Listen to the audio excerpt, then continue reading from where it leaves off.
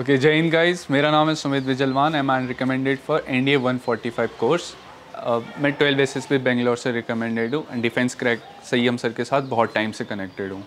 मैं offline student था sir के साथ एंड ये मेरा प्रिविलेज है कि मैं उनके साथ एक स्टूडेंट की तरह रह पाया। सो गाइस, इस वीडियो में मैं बात करूँगा कि 450 प्लस मार्क्स के लिए आपको क्या करना है।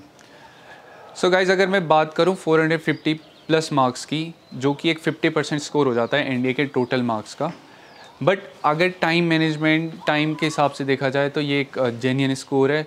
आपका जो एनडीए में टॉपर होगा वो 500 से 550 के बीच में होगा। सो 550 से अगर आप 450 के आसपास स्कोर कर सकते हो तो मेरिट आपके लिए कंफर्टेबल रहेगी।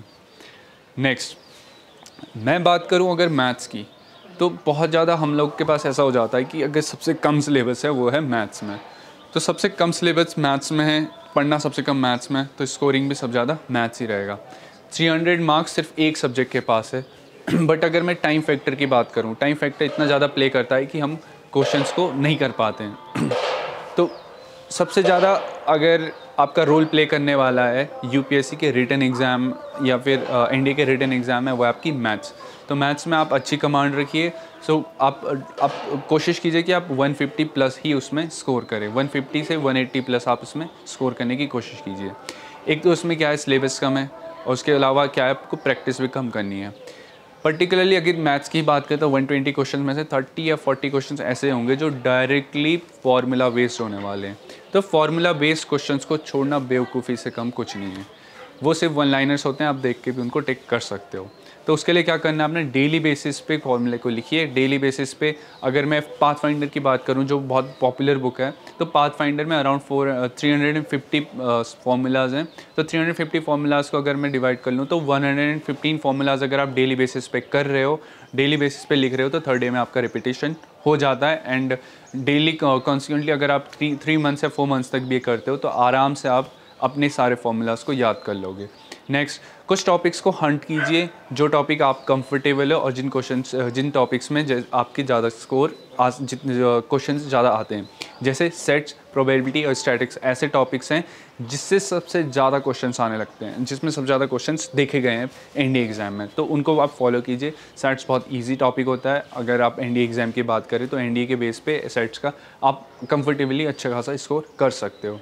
उसके अलावा शॉर्ट ट्रिक्स पे आप वीडियोस देखिए, शॉर्ट ट्रिक्स पे आप वर्क कीजिए। शॉर्ट ट्रिक्स आपको बहुत ज़्यादा हेल्प करने वाली हैं। शॉर्ट ट्रिक्स से आपको ज़्यादा क्वेश्चंस कम टाइम में करने में आपको स्कोर भी अच्छा हो जाएगा।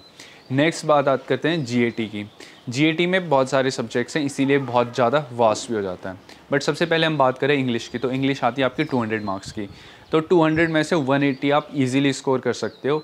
180 या फिर अगर मैं बात करूं 150 प्लस इजीली स्कोर कर सकते हो अगर आपकी वोकेबलरी अच्छी है और डे टू डे लाइफ में आप इंग्लिश यूज़ कर लेते हो। अगर आप बुक्स पढ़ते हो तो कंग्रेचुलेशंस, आप बहुत इजीली कर सकते हो। नॉवेल्स वगैरह से आपको बहुत ज़्यादा हेल्प मिलने वाली है। इंग्लिश जो आती है वो हमारी डे टू डे लाइफ से थोड़ी सी अलग होती है, क्योंकि वो थोड़ी सी ग्रामेटिकल बेस्ड होती है। ग्रामेटिकल बेस्ड इंग्लिश के लिए आपको रूल्स वगैरह बहुत ज़्यादा ध्यान रखने चाहिए। तो बहुत ज़्यादा रूल्स आपको नहीं रखने हैं, बहुत ज़्यादा रूल्स आपको याद नहीं रखने। रूल्स जो आपके बुक में हैं या फिर आपने पढ़े हैं, जैसे आपका ये पाथफाइंडर बुक में भी जो आपके रूल्स लिखे हुए हैं, आप उन रूल्स को रिपीट कीजिए, लिखिए और उनको रिपीट कीजिए। रिपीट करने से आपको वो रूल्स याद हो जाएंगे। और क्वेश्चंस प्रैक्टिस करना बहुत ज़रूरी है। क्वेश्चन अगर आप प्रैक्टिस करते हो तो वो सारे रूल्स आपको अप्लाई करते हुए दिखेंगे। तो पाथ फाइंडर में मिलने वाले 8000 जो MCQs हैं जो वो देखते हैं, उसमें से कुछ तो गलत हैं, बट मैक्सिमम क्वेश्चंस आप इजीली कर सकते हो। तो इससे आप बहुत ज़्यादा प्रैक्टिस में रहोगे। जितने ज़्यादा आप प्रैक्टिस में रहोगे उतने ज़्यादा इजीली आप किसी भी क्वेश्चन को टैकल कर सकते हो। नेक्स्ट अगर मैं बात करूं तो वो है आपकी फ़िज़िक्स, केमिस्ट्री और बायोलॉजी की। ये तीनों सब्जेक्ट्स आपको ये तो आपके कोर सब्जेक्ट्स हो जाते हैं, बट अगर आप फिज़िक्स, केमिस्ट्री, बायो से नहीं भी हैं तो 10th लेवल की क्वेश्चंस अगर आपको आते हैं और डे टू डे लाइफ में यूज़ होने वाली साइंस ही आपकी बेसिक साइंस है जो आपके एग्ज़ाम में पूछी जाती है। सो गाइज़, अगर आप फ़िज़िक्स, केमिस्ट्री, बायो पे फोकस कर रहे हैं और आप कंफर्टेबल हैं 11th-12th की फ़िज़िक्स, केमिस्ट्री, बायो के साथ, कौन सी वाली जो आपके डे टू डे लाइफ से यूज़ होती है, जैसे कि आपकी जो अप्लाइड केमिस्ट्री है, अप्लाइड फ़िज़िक्स है, ये सब से रिलेटेड ज़्यादा क्वेश्चंस आपको पूछे जाते हैं। और ये क्वेश्चंस आपके पाथफाइंडर बुक में अगेन अवेलेबल हैं। तो बेसिकली मैंने एक बुक फॉलो की थी। एक बुक से स्टिक करना बहुत ज़्यादा ज़रूरी है, क्योंकि नॉलेज तो हर जगह है, बट पर्टिकुलर नॉलेज का होना बहुत ज़रूरी है, गाइडेंस बहुत ज़रूरी है। तो डिफेंस का एक ऐसा चैनल है, संयम सर के साथ जुड़े रहिए। और बेसिकली अगर आपको एक डायरेक्शन, एक गाइडेंस चाहिए तो ये आपके लिए बेस्ट प्लेटफॉर्म है। उसके अलावा मैं बात करूँ करंट अफेयर्स और इकोनॉमिक्स की, करंट अफेयर और इकोनॉमिक्स बहुत ज़्यादा डिविजिबल नहीं है, एक ही टाइप के क्वेश्चंस आते हैं। बट जो आपके करंट अफेयर्स हैं उसमें आपके टॉपिक्स हैं, जैसे sports, defence, international, national affairs. तो 4 से 5 क्वेश्चन पूछे जाते हैं और आप इनको इजीली कर सकते हैं अगर आप न्यूज़पेपर डेली फॉलो कर रहे हैं। अगर आप न्यूज़पेपर डेली फॉलो कर रहे हैं तो कंग्रेचुलेशंस, आपका जो इंग्लिश वाला पार्ट है और आपका जो करंट अफेयर्स वाला पार्ट है वो दोनों एक ही साथ प्रिपेयर हो रहे हैं। और उसको आपने बहुत ज़्यादा नहीं, दिन में अगर 1 घंटा भी आप न्यूज़पेपर पढ़ते हैं तो आप इजीली अच्छा खासा इसको कर सकते हैं। पॉलिटी और ज्योग्राफी की, अगर मैं हिस्ट्री की अगर मैं बात करूं तो इसमें आप टॉपिक वाइज पढ़ सकते हैं। टॉपिक वाइज क्लियर होना, एक पर्टिकुलर टॉपिक में के बारे में क्लियर होना बहुत ज़्यादा ज़रूरी है। क्यों ज़्यादा ज़रूरी है? क्योंकि अगर आप किसी टॉपिक के बारे में इंफॉर्मेशन रखते हैं तो उससे रिलेटेड सारे क्वेश्चंस आप इजीली टैकल कर सकते हैं। और जब मैं कहता हूँ कि क्वेश्चंस रिपीट होने वाले हैं तो क्वेश्चंस ऐसे रिपीट होते हैं कि एक पर्टिकुलर टॉपिक होता है, उस टॉपिक से रिलेटेड क्वेश्चन होता है। अगर टॉपिक से रिलेटेड क्वेश्चन है तो अगर आपने किसी पेपर में कोई टॉपिक देखा है तो उस टॉपिक के बारे में आप पूरी इन्फॉर्मेशन गैदर कीजिए, और इससे आपको क्या होगा कि बाकी क्वेश्चंस जो उससे रिलेटेड होने वाले हैं वो भी आप इजीली सॉल्व कर सकते हो।